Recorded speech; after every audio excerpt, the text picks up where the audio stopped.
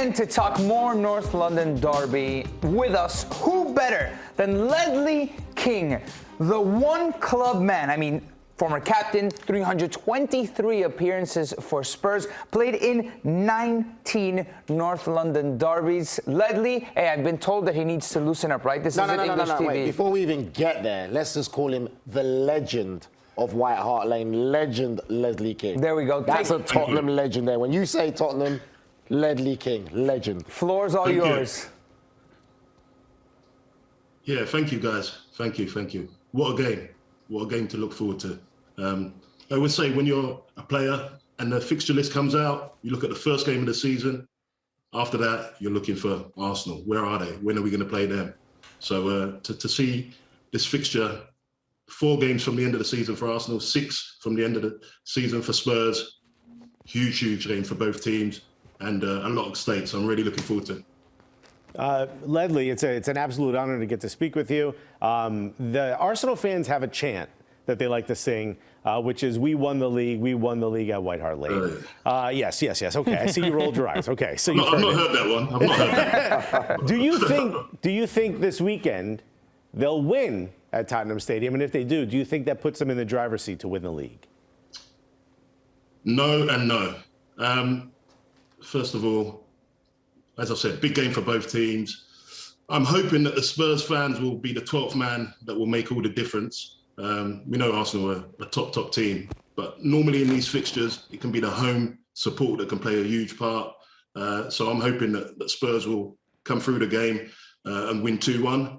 And if they did win, if Arsenal did manage to win, would it mean they're in the driver's seat? No, City are still in the driver's seat at the moment.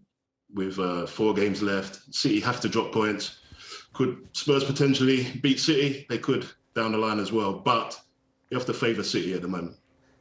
Ledley, since Ange Postecoglou came to the city, it felt like there was a hot start, and then they went through a little bit of a cooling phase as of late. What have you liked from him as the manager, and where do they need to improve to get up to that upper echelon to say, hey, this is a club that can compete not only for a Champions League spot, but for a Premier League title? Well, Ange coming at a difficult time. Conte was sacked. The fans were kind of disillusioned in terms of where the club was going at that point. We looked around for a manager and we brought in Ange. Surprised a lot of people, I must admit, even myself. I had to look into his background, see what he'd done in the past. And he's been a breath of fresh air for the club. You know, I think the most important thing that he's done is the style of football.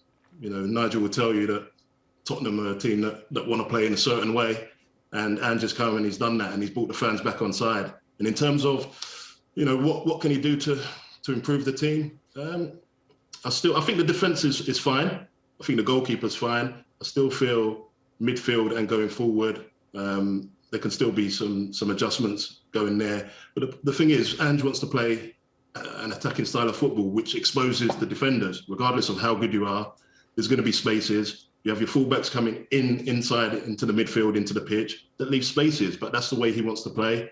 And then you've got to trust your forwards to go and do the job the other way for you. So I'm sure he'll still be looking. You know, it's his first season, and you know, he'd had a chance to have seen which players he wants moving forward, and you know, what players he'll want to bring in the summer. Captain King. So, sticking on the Tottenham theme right now, watching his Tottenham side, are there any players that remind you of yourself when you played, or remind you of some of the legends, many legends you've played in the game of football who've played at Tottenham? So any players in the current team now? Yes. He said, hell no. He's like, remind me of me? No. I think you're going to have to mix a lot of different players to find me, man. That's the truth. You're going to have to mix a lot, man. I'm not sure I'm as quick as Van der Ven, though. I think he might have me a little bit on that one. But yeah, no one really reminds me of myself there, to be honest. You know, someone who could play in midfield as well. You know, I don't see any of these players playing in midfield. They both got their strengths, as I say. Van der Ven, lightning quick, left footer, which is always a big thing in today's football, to have a left-sided centre half. And Romero, very aggressive, very different to myself. So they've both got strengths and weaknesses, but no one reminds me of myself now. Hey, Ledley King built different, man. He's not as rash. I say that all the time. Romero. Led, I say the same thing all the time. We built different from our generation, mate, but they don't understand. Listen. Explain yourself. In what way, Naj? What? Yeah. Bruv, come on, man. No.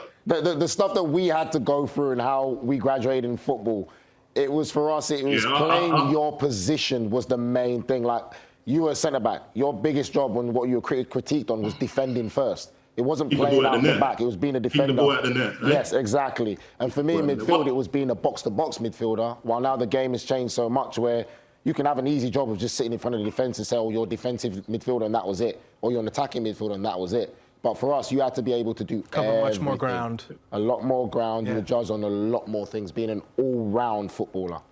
Yeah. I think one of the biggest things for defenders that I noticed that seems to have gone out of the game is actually being able to defend their box, put your head on important balls. Yeah. That seems to have gone now.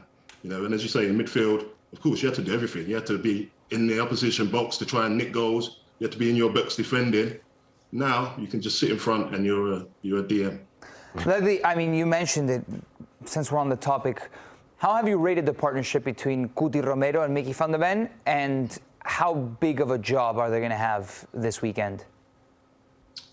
Yeah, it's going to be a difficult game for them in terms of, I think it'll probably be Havertz, who's not your traditional centre forward. You know, he's someone who's going to be coming from a deeper area. He's going to be trying to take the defenders, you know, out of position. So they've got to be clever. They're going to have to be clever. The communication is going to have to be good between the midfield and the defenders. But I really like them, both of them. I think they're very different, and I think that's important to have at centre halves. And I think what Van der Ven has done is he's calmed Romero down. You know, we saw previous years how many yellow cards Romero was picking up, how many, you know, challenges he was going into that he didn't need to go into. And I feel that just having a stable centre-back partner has calmed him down, and we're able to see the best of him. Ledley, I want to get back to you as a legend. You've been in a number of these big matches against Arsenal.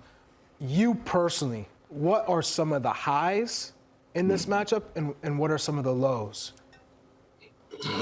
Well, there was plenty of lows, unfortunately. Arsenal were a really, really good team during my time. You know, we're talking about Henry, Bergkamp, Perez, Vieira. You know, always a very difficult game. Always a very difficult game. The low would have to be, obviously, Arsenal coming to our lane and winning the title. We got a draw on the day, but it wasn't good enough to stop them. So that was definitely a low. But what was your mindset in that match? Like, coming into, you know, like you said, those players you had to defend. How did you prepare for that match, and what were the things being said in the match to get you going and trying to stop that formidable attack? Well, I'd go to bed about 7 p.m. Nice and early, make sure I got maximum sleep. But apart from that, you know, you've got to trust yourself. You know, I worked hard to be the best player I could be, and you know, when you go on the pitch, you've got to trust yourself. I knew that if I played well, I performed well, then personally, I would be okay. The problem is there's other players on the pitch that can cause damage as well. And you need a team. You need your whole 11 players to have the same feeling that they want to dominate and they want to come out on top in the game. The fact is, Arsenal just were too good at the time. You know, they had too many weapons for us, regardless of whether I played well or not in them games. It was always really difficult to beat Arsenal. Ledley, I want to know from your perspective, obviously you had a great long and storied career, both internationally and with Tottenham. What player caused you the most problems? What player was the one that just found a way to either get past you or get under your skin the most? Truthfully, no one got past me. No one got under. No, listen, there's always players going to get past you. Of course, that's part of the game. No one really got under my skin too much. You know, used to come across players that I used to watch on TV, and they were full of talk. And then when they come up against me, I was hoping they would give me something, and they gave me nothing. And to be honest, I wasn't someone who really entertained that, so maybe that's why. But someone who was always tough was someone like a Kevin Davies at Bolton. I've said this before. Bolton were a team that played long balls. You know, everything was a long ball. Everything was a long throw into your box. Everything was a fight. So, you know, Kevin Davies always made sure, regardless of whether he scored or not, he was giving you a hell of a battle. I've heard that. I've heard that a that's lot. That's because he's got a big derriere. You want to see Kevin Davis's peach, mate. He couldn't get around it. Damn. They had a big peach. But all right, Ledley, just add a bit more misery to you, mate. Him twerking on I'm winning in the battle. Nigel versus King, mate. 3 wins and 0 wins for you every time we faced up. Okay. I'll beat you, geezer. Don't. Is there a bonus point here? Ledley, how is It's not a question, it's a statement. How's he gonna come on here and try and disrespect you? I'm not disrespecting. I'm just telling him I'm No, 3 Nigel said in the break it's because of his derriere. That's why he was able to get the best of you. Yeah. Can we put some more points? Can we put some more points in this game? Can we say 4 points for the winner? No. I'll beat you 3 times, mate. Go on, let's go back. Let's make it interesting. Come on. No, don't. What's interesting is your greatest 11 that you've played with. God, don't do our guest like that. We're gonna let him give his best 11. You three games, 3 wins. Why 3 you gotta games, gloat 3 on the wins. show like Nigeria Coca versus King. this? Ledley, take us through the best 11 of players that you've played with, starting with the goalkeeper and the back line. Yeah. So never easy. I never really like doing these things. You're always leaving out some great players. Some of the great players that I missed out quickly are Edgar Davids, Teddy Sheringham, David Ginola. But I will say this: I picked the players based on when I played when they was in their prime with me. So I've gone for Paul Robinson, who was England #1 goalkeeper for many years. Yeah. Left side of centre half, Jonathan Woodgate, terrific centre half. Dawson, who I played probably the most games with as a partner, and Carl Walker, who can do that job. He can play centre back, he can play right back. Fantastic. Ledley, I like the humility, not putting yourself in the 11. Yeah. Walk me through the rest of the team. Okay. Wow. So I've had to kind of, as I said, mess around with the formation just to get these attacking players in. Van der Vaart and Modric. I don't know about the protection in there, but let's play with the ball. We're going to play with the ball. We're going to play with the ball anyway. So I've gone for Van der Vaart and Modric in centre mid. Bow and Lennon down the wings. Explosive pace. Keane, just in that number 10 position, very clever. And Berbatov and Defoe up front. That is an attacking team. Berbatov and Defoe together. Right. How many footballs are you playing with in this match?